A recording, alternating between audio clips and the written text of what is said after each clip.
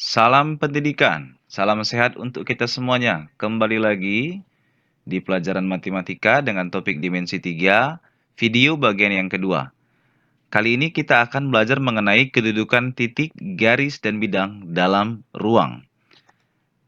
Kedudukan titik terhadap garis.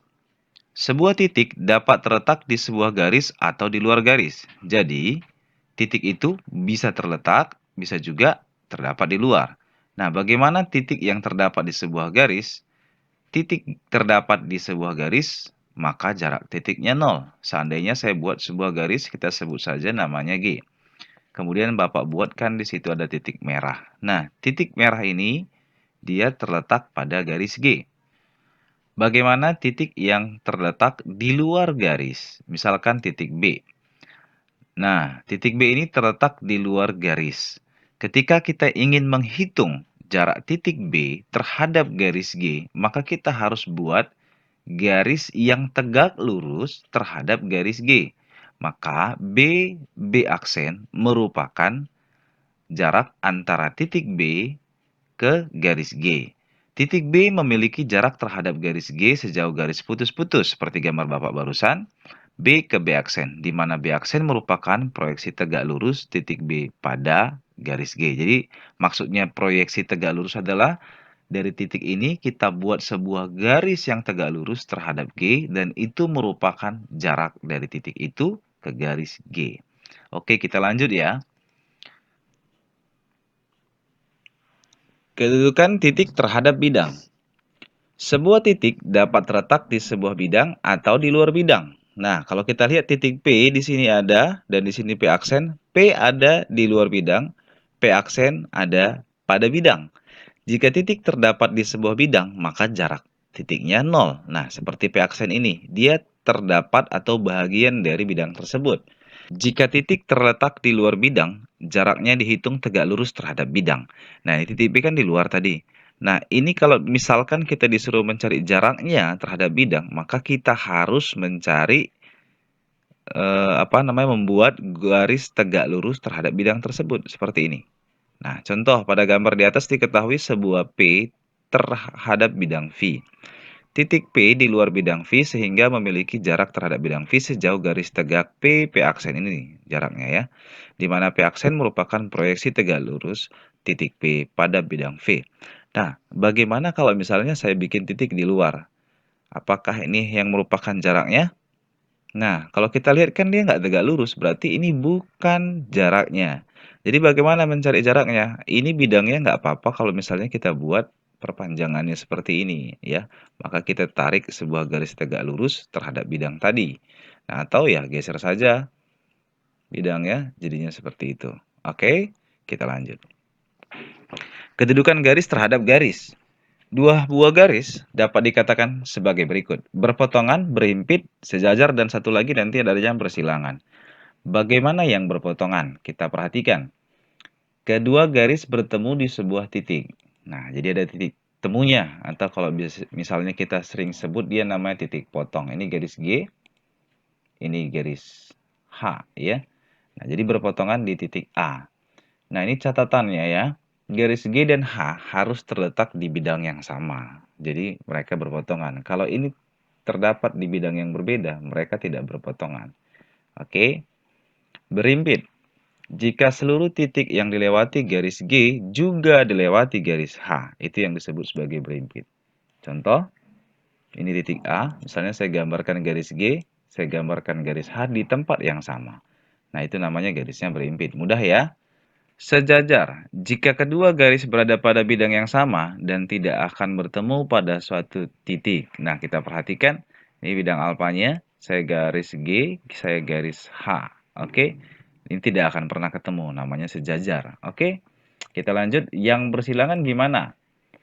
Jika masing-masing garis berada pada bidang yang saling bersilangan tegak lurus, kita perhatikan, misalkan ada sebuah garis yang menembus bidang alfa. Kemudian saya gambarkan lagi garis lain yang terdapat pada bidang itu. Nah, garis ini menembus bidang alfa tegak lurus, maka garis yang ini pun kita sebut saja dulu namanya ya, ini garis H, oke. Garis H ini pun itu juga tegak lurus terhadap garis G. Ya, kalau garis G tegak lurus terhadap bidang alfa, maka setiap garis yang ada pada bidang alfa itu tegak lurus terhadap garis G. Oke? Nah, ini bersilangan ya. Berikutnya, kedudukan garis terhadap bidang. Garis terletak pada bidang. Bagaimana yang dikatakan dengan garis yang terletak pada bidang? Garis G terletak pada bidang alfa jika setidaknya dua titik pada garis G terletak di bidang alfa. Kita perhatikan saja gambar. Misalkan kita buat garis G, kemudian ada bidang alfa. Ini digambarkan pada bidang. Seperti kamu sedang menggambar garis di atas sebuah kertas. Nah, setidaknya ada dua titik yang dilaluinya, gitu ya. Garis jajar bidang. Misalkan Bapak buat sebuah garis H, kemudian sebuah bidang beta. Seandainya Bapak membuat jarak atau mencari jarak H terhadap bidang beta, dan ternyata setiap jaraknya itu sama. Ketika kalau misalnya saya buat garis di bidang beta ini, ternyata kita peroleh juga garis yang sejajar dengan H. Jadi jika garis H sejajar pada bidang beta, ini sejajar ya. Maka beta memuat tepat sebuah garis sejajar dengan H. Jadi artinya garis yang merah dan yang biru ini sejajar. Yang biru ini itu terletak pada bidang beta. Maka dikatakan garis H itu sejajar dengan bidang beta. Kita lanjut. Garis menembus atau memotong bidang. Bagaimana? Misalkan ini ada garis G. Terus Bapak gambarkan sebuah garis ditembus sama garis K-nya. Nah, otomatis garis K ini tidak terletak pada bidang alfa ini ya. Nah, kemudian garis K juga tidak sejajar dengan bidang alfa. Kalau sejajar dia tidak akan menembus, tidak akan memotong. Oke. Garis K dan bidang alfa memiliki tepat satu titik persekutuan yang disebut sebagai titik tembus. Ini dia. Oke, kita lanjutkan. Contoh, kita jawab sama-sama ya. Bidang DCGH yang warna hijau sebagai wakil bidang U. Jadi ini namanya bidang U. Kalau misalkan pertanyaannya seperti ini, rusuk yang terletak pada bidang U, yang mana-mana aja coba menurut kamu? Yang terletak pada bidang U, yang mana aja? Oke, kita langsung jawab saja ya. DC. Nih, DC. CG. Ini dia. GH. Dan HD. Oke, bagi yang salah nanti boleh diperhatikan kembali ya. Pertanyaan berikutnya, rusuk yang sejajar pada bidang U. Ini bidang U-nya yang warna hijau, mana yang sejajar dengan dia? Langsung kita jawab. Rusuk-rusuk yang mana saja? Rusuk AB, rusuk BF, rusuk FE, dan rusuk EA. Itu dia. Selanjutnya, rusuk yang menembus atau memotong pada bidang U. Ini dia. AD dan FG, BC dan FH. BC dan EH gitu ya. Yang ini, BC dan EH. Oke ya. Contoh berikutnya. Kita lihat ini, ada sebuah kubus ya. Garis yang terletak di bidang ABCD adalah AB, BC, AD, dan CD. Nah, kita lihat ya. Ini terletak mudah ya. Berikutnya, garis yang memotong bidang ABCD adalah garis mana aja yang memotongnya? Iya benar ini. AE, garis FB, garis CG atau GC dibaca juga boleh ya. HD. Nah, ini dia garis yang memotong. Nah, selanjutnya yang terakhir deh nih untuk yang ini. Garis yang sejajar dengan bidang ABCD yang mana saja? Yang ini, EF, GH, EH, dan FG. Oke ya, mudah ya di sini ya. Kita lanjut. Kedudukan dua bidang. Dua bidang dikatakan berimpit jika bagaimana? Coba langsung kita lihat gambar. Ini ada bidangnya, kemudian ini bidang alfa Bapak sebutkan, kemudian saya gambarkan juga bidang beta. Yang namanya berimpit itu jika setiap titik yang terletak pada bidang alfa juga terletak pada bidang beta. Atau setiap titik yang terletak pada bidang beta juga terletak pada bidang alfa. Sebaliknya kan, sama ya. Jadi seperti ini dia. Yang ini namanya daerah persekutuan, ya. Titik-titik di sini dia nampak ya sama. Jadi kalau garis kan yang berpotongan namanya titik potong. Kalau ini namanya daerah persekutuan. Kita lanjut. Bidang yang sejajar. Bagaimana yang dikatakan sejajar?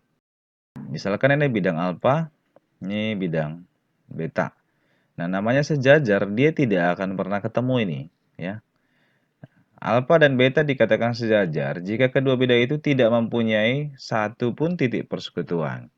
Nah, bukan dalam ya, pada bidang alfa dan pada bidang beta, kalau misalnya kita tarik jarak seperti ini ya, jarak, itu jaraknya selalu sama.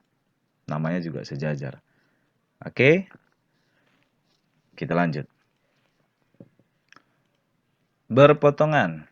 Bidang alfa dan bidang beta tidak sejajar, yang tidak sejajar akan berpotongan. Jadi kalau dia sejajar tidak akan ketemu tadi kan. Jadi kalau misalnya nggak sejajar pasti berpotongan. Nah, seperti ini. Nah, namanya ini dia. Alfa dan betanya dia pasti berpotongan. Nah, berpotongan di mana kita sebut namanya garis perpotongan yang ini. Oke, Bapak lanjut ya. Saya rasa itu dia. Kita langsung ke contoh. Ini ada bidang DCGH sebagai wakil bidang O. Pertanyaannya, bidang sisi kubus yang berimpit dengan bidang U yang mana? Yang mana ya, Pak?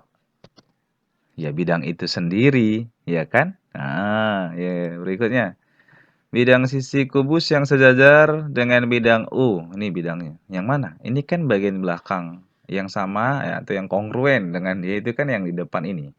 Iya, benar. Bidang AB, FE. Kita lanjut coba. Bidang DCGH ini yang berpotongan dengan dia yang mana ya? Loh, tadi kan gini, konsepnya kan kalau dia nggak sejajar, nah pasti dia berpotongan. Berarti semua bidang yang lain, Pak, maaf, ya semua bidang yang lain, ya, atau sisi kubus yang lain ini pasti berpotongan dengan sisi belakangnya. Nah, contohnya nih, yang bawah, sisi alasnya, yang kanan ya. Kemudian yang kiri juga. Maaf, yang atas ya. BG, FG, HE yang ini. Dan yang kiri juga. Oke ya. Nah, itu dia ya. Gampang ya, mudah ya dipahami ya. Nah, kita lanjut lagi ya. Nah, di sini ada latihan soal yang Bapak siapkan untuk kita semuanya. Anak-anak kami boleh mencatatnya, kemudian nanti menjawabnya di mana sesuai dengan instruksi yang nantinya diberikan. Nah, ini videonya boleh di-pause ya, supaya bisa ngelihat soalnya.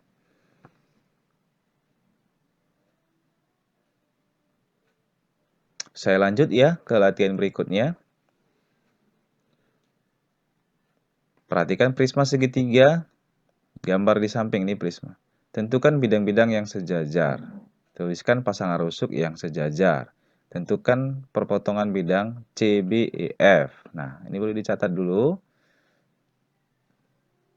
Boleh di-pause juga videonya.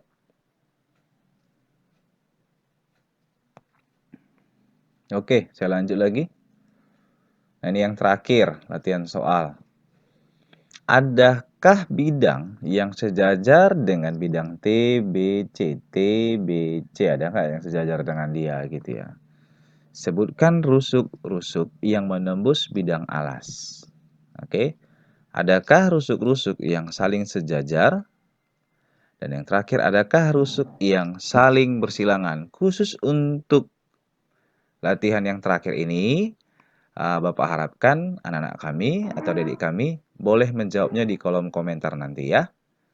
Oke, terima kasih sudah mengikuti pelajarannya dengan baik. Kita nanti akan lanjut ke jarak titik ke titik. Oke ya, salam sehat semuanya.